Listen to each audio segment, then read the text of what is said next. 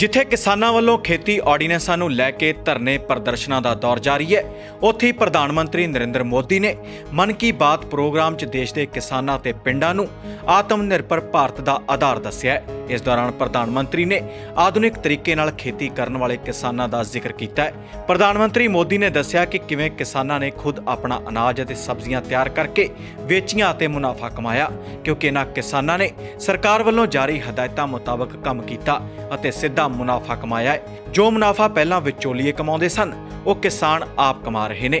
कहा जाता है जो जमीन से जितना जुड़ा होता है वो बड़े से बड़े तूफानों में भी उतना ही अड़िग रहता है।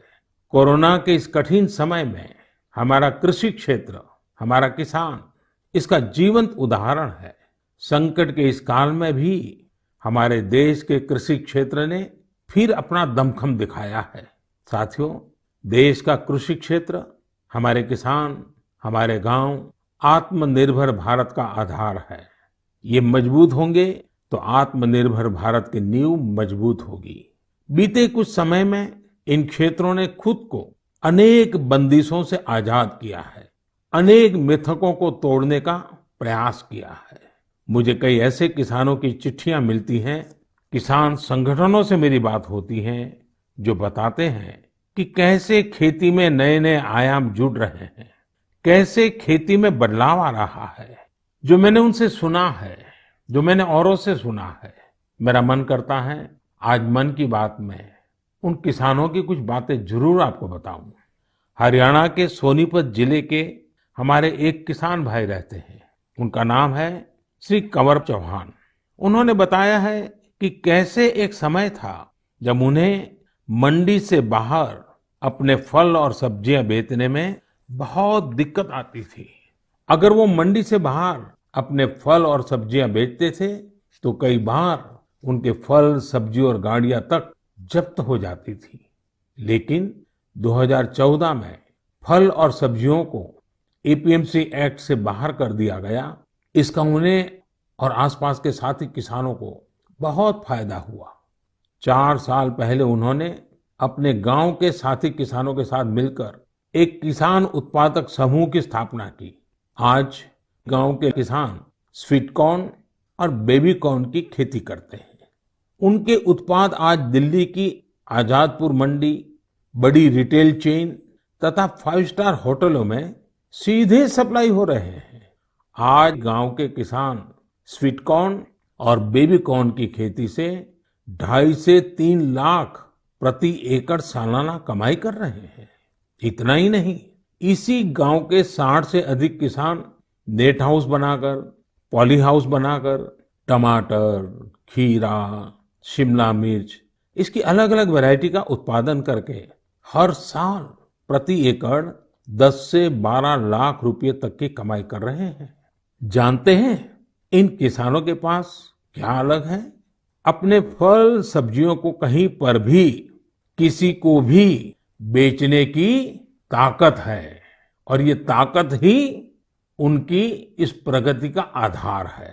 अब यही ताकत देश के दूसरे किसानों को भी मिली है। फल सब्जियों के लिए ही नहीं, अपने खेत में वो जो पैदा कर रहे हैं, धान, गेहूं, सरसों, गन्ना जो उगा रहे हैं, उसको अपनी इच्छा के अनुसार जहां ज्यादा दाम मिले वहीं पर बेचने की अब उनको आजादी मिल गई है। साथियों, 3-4 साल पहले ही महाराष्ट्र में फल और सब्जियों को एपीएमसी के दायरे से बाहर किया गया था। इस बदलाव ने कैसे महाराष्ट्र के फल और सब्जी उगाने वाले किसानों की स्थिति बदली, इसका उदाहरण है Shri Swami Samarth farmers producer company limited. एक किसानों का समूह है। पुणे और मुंबई में किसान साप्ताहिक बाजार खुद चला रहे हैं। इन बाजारों में लगभग 70 गांवों के 4,500 किसानों का उत्पाद सीधे बेचा जाता है, कोई बिचौलिया नहीं। ग्रामीण युवा सीधे बाजार में खेती और बिक्री की प्रक्रिया में शामिल होते हैं। इसका सीधा लाभ किसानों को होता है, गांव के नौजवानों को रोजगार में होता है।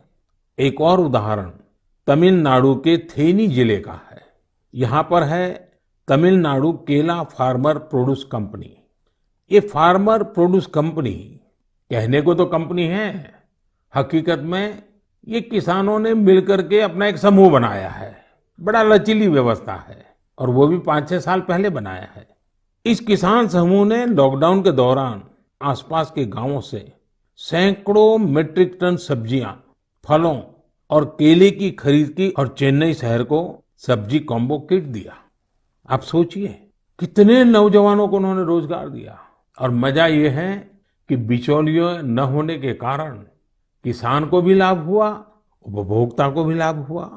ऐसा ही एक लखनऊ का किसानों का समूह है, उन्होंने नाम रखा है इरादा फार्मर प्रोड्यूसर। इन्होंने भी लॉकडाउन के दौरान किसानों के खेतों से सीधे फल और सब्जियां ली और सीधे जाकर के लखनऊ के बाजारों में बेची। बिचौलियों से मुक्ति हो गई और मन चाहे उतने दाम उन्होंने प्राप्त किए। साथियों, गुजरात में बनासकांठा के रामपुरा गांव में इस्माइल भाई करके किसान है। उनकी कहानी भी बहुत दिलचस्प है। इस्माइल भाई खेती करना चाहते थे, लेकिन अब जैसी ज्यादातर सोच बन गई है, उनके परिवार को भी लगता था कि इस्माइल भाई ये कैसी बात कर रहे हैं। इस्माइल भाई के पिता खेती करते थे, लेकिन इसमें उनको अक्सर नुकसान ही होता था। तो पिताजी ने मना भी किया, लेकिन परिवार वालों के मना करने के बावजूद इस्माइल भाई ने तय किया कि वो तो खेती ही करेंगे। इस्माइल भाई ने सोच लिया था कि खेती घाटे का सौदा है, वही सोच और स्थिति दोनों को बदल कर दिखाएंगे।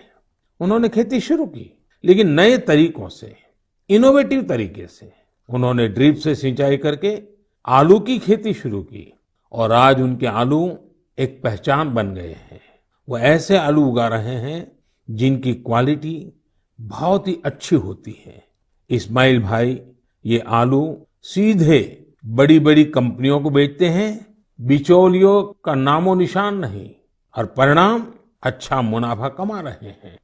अब तो उन्होंने अपने पिता का सारा कर्जा भी चुका दिया है। और सबसे बड़ी बात जानते हैं, इस्माइल भाई आज अपने इलाके के सैकड़ों और किसानों की भी मदद कर रहे हैं, उनकी भी जिंदगी बदल रहे हैं।